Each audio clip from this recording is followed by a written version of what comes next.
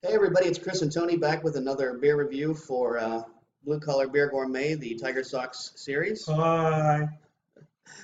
This is Hi, Nevada Jim Craft Beer Boring. Week.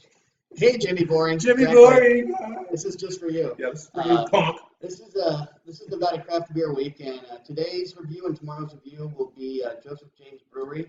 Now we did have a little bit of technical difficulties with our last recording, so you're not going to be seeing the opening or the pouring of this. However, we are going to give you a brief introduction to Joseph James Brewery. They're in Henderson, Nevada, which is right next to Las Vegas. They've been brewing, I want to say, since 2008, possibly 2006, not more than 10 years. Joseph James is the name of the brother of the guy who founded the brewery, and we had actually talked previously about John Christensen. He was the original brewer at Joseph James. He has since moved to his home state of Wisconsin and is brewing beer there. And, actually, that's two brewers I know who left a brewery to go back home to Wisconsin. What's the appeal? Is it the cheese? I can't remember his the name. Packers? It's driving me crazy. Joe Watts, I want to say, was the original brewer at Nevada, at Tacoma Narrows Brewing. And he since has left and gone back to Wisconsin. So yeah, I know two people who've left startup breweries to go back to Wisconsin to work there. So The hell with you. I can't imagine Wisconsin in the winter. I've been there in the summer; it's great, but I just don't want to endure one of those winters. All you drink is Even as I stouts, sit just here stouts. in a very, very hot May day in Las Vegas. But this is Nevada Craft Beer Week, and we did want to hail Joseph James. Now, this is the Imperial Local boys. IPA, hopbox. Hopbox is their flagship IPA. This is the Imperial version. This particular IPA has 85 IBUs and an 8.2 ABV, and it is really good. And we were just saying We've had some already. we've had some already, but honestly, even still, and this has been poured for a good, I'd say, about at least 5 minutes. 10. Okay, 10. And there is still a lot of carbonation coming through on that. So that is a very, very carbonated, heavy Swirl. IPA. I'm going to swirl since you forgot to swirl. I did. You got me there. And just making sure we still got recording. We're Okay, still we going. had a problem before. We're live? Or we're live? We're live. Is this thing on? Is this thing on? I said that this I'm had gonna go Bill O'Reilly. a medium-low mouthfeel. Yes. Yeah. It's oily just enough to keep the carbonation.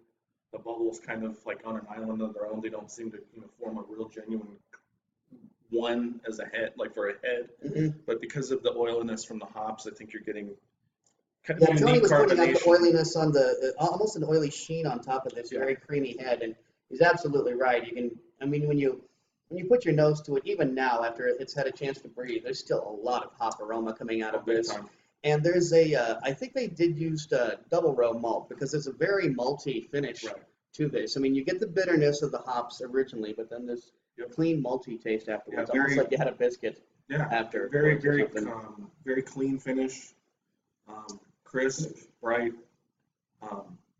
Initially, like I was saying before, the first take, in the lost DVD one day, you guys can see this, the outtakes and crap, our boo-boos.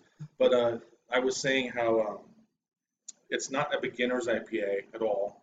No, it's not. It's bitter enough, just enough for you IPA enthusiasts out there that are adventurous and are ready to take it up, another level. Maybe you're not ready to graduate to an IPA that's so strong that you're in the triple digits in the IBUs, but that's true, exactly. If you're a semi-seasoned IPA drinker, and maybe you haven't yet experienced anything you thought was quite bitter enough for you, this would be a good it's a good bridge beer for IPA. You're basically graduating as far as like the timeline, the growth chart of an IPA drink. Before you get to IPA expert. Hell, maybe even an Untapped, it would give you credit for that too, or something. This guy's an Untapped junkie. Great, it is a cool website. Very cool website. But yeah, as far as like your IBUs, you're not as low as a 50 on like a session IPA, or not quite as high as a triple IPA, for example. That is a very resilient head. It really, really is. Yeah. You can't kill that head. No. And I've even gave it a good swirl, and it's still there. And yours is holding stronger than mine. Yeah, it really. really, really is. It's I agree with you on the malt. I mean, it's definitely a nice presence there. It's not overpowering, but it's also kind of unique for an IPA to have such a malty back end to it like that. mm-hmm. Yeah. Yeah, Joseph James is. We've been. I mean, Tony and I both can. I'm sure back here there's got to be. There's some Joseph James. There's Absolutely. more than just a few. Your challenge is to find it. In fact, Joseph James created the very first habanero ale that either one of us tried. And I was at a Joseph James tasting at Lee's Discount Liquor, and they had a very limited amount of habanero ale they had just brewed specifically for the tasting. And I can say this now that many years have passed, I did smuggle some of that beer out of there for Tony. We brought it to him the next day at work. A guy who worked with Tony and me, I said to him, somehow we've got to get some of this to Wyman since he's not here to experience this. And we did just exactly that. So they, and honestly, based upon, I'm not saying that I've had, this is not a denigration of other pepper beers I have had, but I have to say that habanero is probably one of the best that I have had in terms of any kind of pepper beer, whether it's habanero or Chipotle or and a lot of them have come along since then. They actually were one of the, if not the first I ever tried. They had to be one of the first 2 or 3.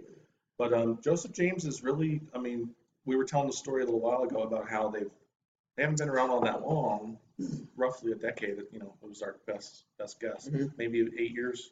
Yeah. But you're looking around a decade, and they've really, even here locally, I mean, they're in a suburb of ours here in Henderson, Nevada. And they did brewery tours there for a while, which we did find out from a gentleman at the Lee's Beer Experience that represented Joseph James that they currently are not. But he said, just keep checking because it's one of those kind of deals where drop of a hat, spur of the moment, they're back on again. So I would recommend big time going out and checking out their brewery. They make fantastic beers. We're going to be reviewing another one of theirs, I think right after this one. Yeah, tomorrow's brewer, which will be posted on Memorial Day. Happy Memorial Day, everybody! But yeah, great brewery. Big fan of their Imperial. I think it's a fantastic beer. Hopheads, you're going to love this. You're going to do cartwheels. You're going to call your mom crying. You're going to look for poetry. You're going to. You are. You're going to say, "Mama, I love you. Here's an IPA for you." You're going to question the universe, maybe. Also, check out go to jjbrew.com and see. Once upon a time, and this has been a while back, they invited the public to come and help them on bottling day. And if you did, you actually could score a sample or even a bottle or two. And plus, there's, who's not in favor of watching, getting a chance just to see the inner workings of a brewery sometime. Take this home, take that home. Yeah, I mean, if you're around beer, you're bound to end up tasting all kinds of stuff. So. But yeah, this is the Imperial IPA, the Imperial version of the hopbox, and yeah, cheers to Joseph James. Cheers to all of you. We thank you for watching. Jimmy Boring, one more shout out to you. The paint's still back here, bro. Paint's still back here, but we've added to the beer bottle collection. I think I might start doing that little by little in future videos. It's just like there's a new one, there's a new one. Not maybe we should even put hidden stuff in it. So did you see the hidden? Waldo? Yes. Well, remember how you used to have to actually kind of look for the bunny on the cover of a Playboy magazine? No, we could do like, I don't know, a hidden hop. A hidden hop. Oh, we could get a hopster doll. Maybe that might be the reason to get a hopster doll. If I got one of those, we can and please leave comments for this video if you'd like to see something done back there other than me give them to you, because that's not going to happen. But yeah, that'd be cool if we could hear some feedback on. Where to, find the hop, or Chris will come over and wash your car as the prize. Yeah, we can turn that into a shirtless. As long as you don't live in Flint, Michigan, that's fine. I'll be happy to wash your car. But if the water is toxic just by touching it, I'm sorry, that's a deal breaker. Shirtless for both of us, car washes.